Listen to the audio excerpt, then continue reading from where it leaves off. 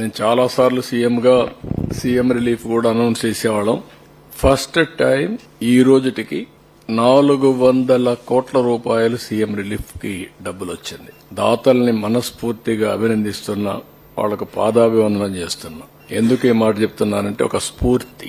వాళ్ళు ఇచ్చిన డబ్బులు కాదు, వాళ్ళు చూపించిన చొరవ, వాళ్ళు ఏ విధంగా ఈ యొక్క సమస్య పైన మానవతా దృక్పథంతో స్పందించారంటే వీల్ చైర్లో వచ్చి డబ్బులు ఇచ్చారు, ఇంట్లో వాళ్ళ సహాయంతో వచ్చి డబ్బులు ఇచ్చారు. అమెరికాలో పనిచేసే వాళ్ళు ఇంటి వాళ్ళకి చెప్పి మీరు డైరెక్ట్ గా నేరుగా తీసిపోయి డబ్బులు ఇమ్మని చెప్పి వచ్చారు.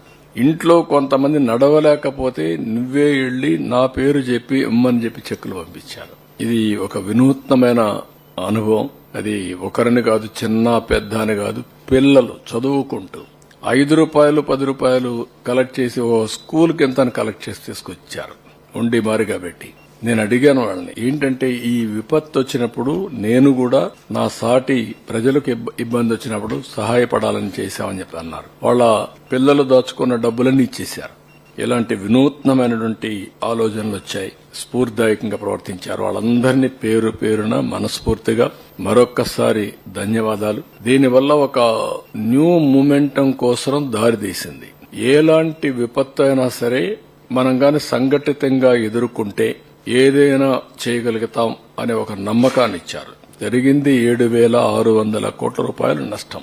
మనం ఇచ్చింది ఇక్కడ ఇవన్నీ కూడా రైతులకి, ఇక్కడ ఉండే వాళ్ళకందరికి ఇచ్చింది 602 కోట్లు ఇచ్చాం. ఈ రోజు రిలీజ్ చేస్తాం, ఇంకా కొంత అటు ఇటు అవుతుంది. కానీ 400 కోట్ల రూపాయలు దీంట్లో దాతలే ఇవ్వగలిగారనేది ఒక హిస్టారికల్. మొత్తం మన దగ్గరుండే డబ్బులన్నీ కూడా ఈరోజు రాష్ట్రంలో ప్రజలు కూడా అర్థమైంది. గవర్నమెంట్ ఒకటే కాదు, గడిచిన 5 సంవత్సరాల్లో ఈ గడిచిన పాలకులు చేసినటువంటి దోపిడీ గాని, విధ్వంసం గాని, ఖజానా ఖాళీ అయిపోవడం గాని అన్ని కూడా చూసిన తర్వాత వాళ్లే స్వచ్ఛందంగా ముందుకు వచ్చే పరిస్థితికి వచ్చారు. అదే మరి ఇంకొక పక్కన మీరు చూస్తే ఎప్పుడు చరిత్రలో కని విని ఎనుగరండి ప్యాకేజ్ ఇచ్చాం. ఆర్థిక వెసులుబాటు లేదు, కానీ కేంద్రంలో ఉండే డిజాస్టర్ ఫండ్ కూడా వాళ్ళు ఇచ్చే డబ్బులు కూడా అద్దులున్నాయి. కానీ ప్రాక్టికల్ గా ఉండాలనే ఉద్దేశంతో మనం ముందుకు పోయాం.